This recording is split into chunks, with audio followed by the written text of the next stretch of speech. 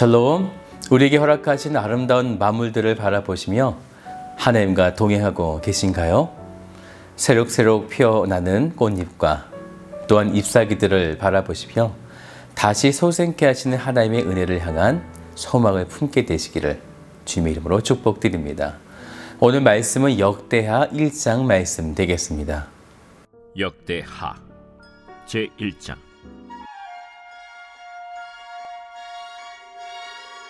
다윗의 아들 솔로몬의 왕위가 견고하여 가며 그의 하나님 여호와께서 그와 함께 하사 심히 창대하게 하시니라.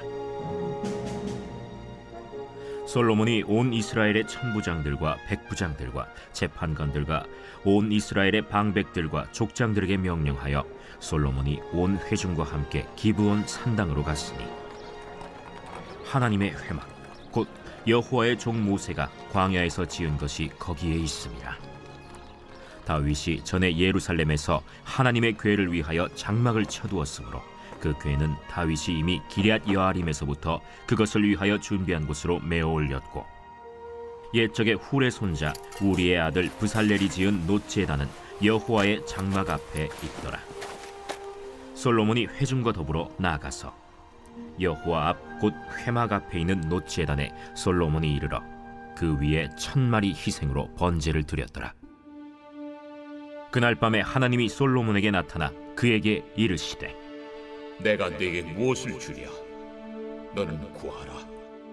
주께서 전에 큰 은혜를 내 아버지 다윗에게 베푸시고 내가 그를 대신하여 왕이 되게 하셨사오니, 여호와 하나님이여, 원하건대 주는 내 아버지 다윗에게 허락하신 것을 이제 굳게 하옵소서. 주께서 나를 땅의 티끌같이 많은 백성의 왕으로 삼으셨사오니 주는 이제 내게 지혜와 지식을 주사 이 백성 앞에서 출입하게 하옵소서.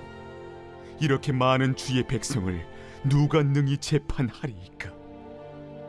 하나님이 솔로몬에게 이르시되, 이런 마음이 네게 있어서 부나 재물이나 영광이나 원수의 생명멸하기를 구하지 아니하며 장수도 구하지 아니하고 오직 내가 네게 다스리게 한 내 백성을 재판하기 위하여 지혜와 지식을 구하였으니, 그러므로 내가 네게 지혜와 지식을 주고 부와 재물과 영광도 주리니 내 전의 왕들도 이런 일이 없었거니와 내 후에도 이런 일이 없으리라. 이에 솔로몬이 기브온 산당 회막 앞에서부터 예루살렘으로 돌아와서 이스라엘을 다스렸더라. 솔로몬이 병거와 마병을 모으매 병거가 1400대요 마병이 12000명이라. 병거 성에도 두고 예루살렘 왕에게도 두었으며, 왕이 예루살렘에서 은금을 돌같이 흔하게 하고 백향목을 평지에 뽕나무같이 많게 하였더라. 솔로몬의 말들은 애굽과 구해에서 사들였으니 왕의 무역상들이 때로 값을 정하여 산 것이며, 애굽에서 사들인 병거는 한 대에 은 600세겔이요 말은 150세겔이라. 이와 같이 헷사람들의 모든 왕들과 아람 왕들을 위하여 그들의 손으로 되팔기도 하였더라. 오늘부터 역대하의 말씀이 시작되는데요. 역대하는 열왕기 상하의 내용을 담고 있죠. 솔로몬이 왕위에 올라 성전을 건축하는 것과 이후에 나라가 둘로 나뉘어지는 분열 왕국, 그리고 이후에 바벨론에 의해서 멸망당하는 내용을 담고 있습니다.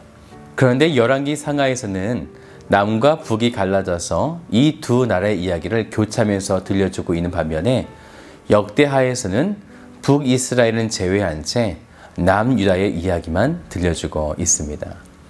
이것은 이스라엘의 역사를 구속의 관점에서만 보겠다라는 거죠. 북이스라엘은 그들이 다윗의 집을 배반하여 금송아지를 섬겼기 때문에 그들은 구속에서 제외되고 있음을 보여주고 있는 것입니다. 이제 솔로몬을 포함하여 남유다에는 총 20명의 왕들의 이야기가 소개되어질 텐데요. 북이스라엘은 늘 반역으로 그들의 왕권이 바뀌어졌다면, 남유다는 반역이 아니라 그 왕조가 한 번도 바뀜없이, 그래서 그 나라가 영원하리라 라고 하신 말씀처럼 다윗의 왕조가 계속 이어지고 있다는 것입니다. 하지만 그럼에도 그들 역시 산당을 제거하지 못하는 타락 가운데 있는 것을 볼 때 인간은 어느 누구나 자력으로 구원받을 수 없는 전적 무능을 가지고 있다. 이것을 우리에게 보여주고 있는 것이죠.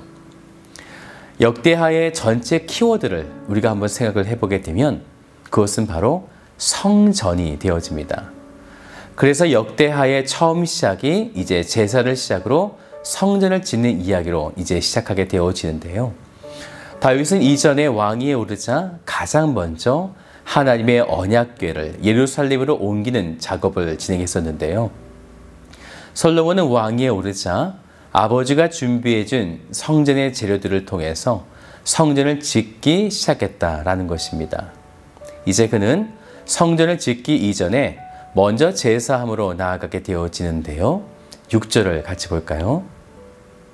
여호와 앞 곧 회막 앞에 있는 놋제단에 솔로몬이 이르러 그 위에 1000마리 희생으로 번제를 드렸더라. 아주 중요하죠. 성전을 짓는 어떻게 보면 그런 결과 앞에 그가 먼저 행한 것은 결과가 아니라 제사였다라는 것입니다. 하나님과의 관계 회복 이후에 그가 성전을 힘써 지었다는 거죠. 이 둘의 순서가 바뀔 때가 굉장히 많은데요. 항상 우리가 기억해야 할 것은 먼저 죄 용서 이후라는 것이에요. 그것은 어느 것이나 마찬가지입니다.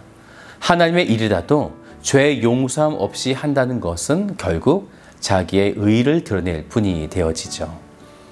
그래서 항상 죄의 씻으심 다음에 이루어져야 한다라는 것입니다.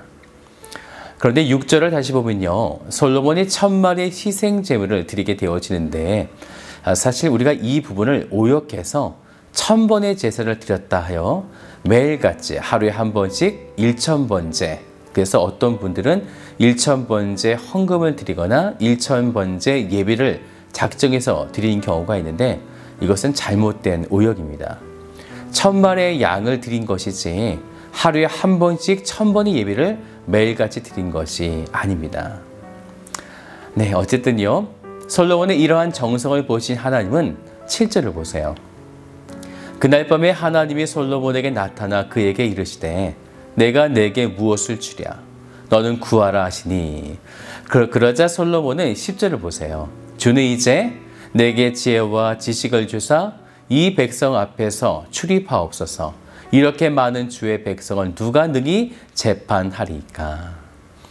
솔로몬의 이 고백을 보시면요. 솔로몬은 자기를 위해서 어떤 부나 재물이나 영광이나 아니면 원수의 생명을 멸하는 것을 요구하지 않고 하나님이 다스리게 하여 주셨던 백성들을 어떻게 하면 잘 다스릴 수 있을까?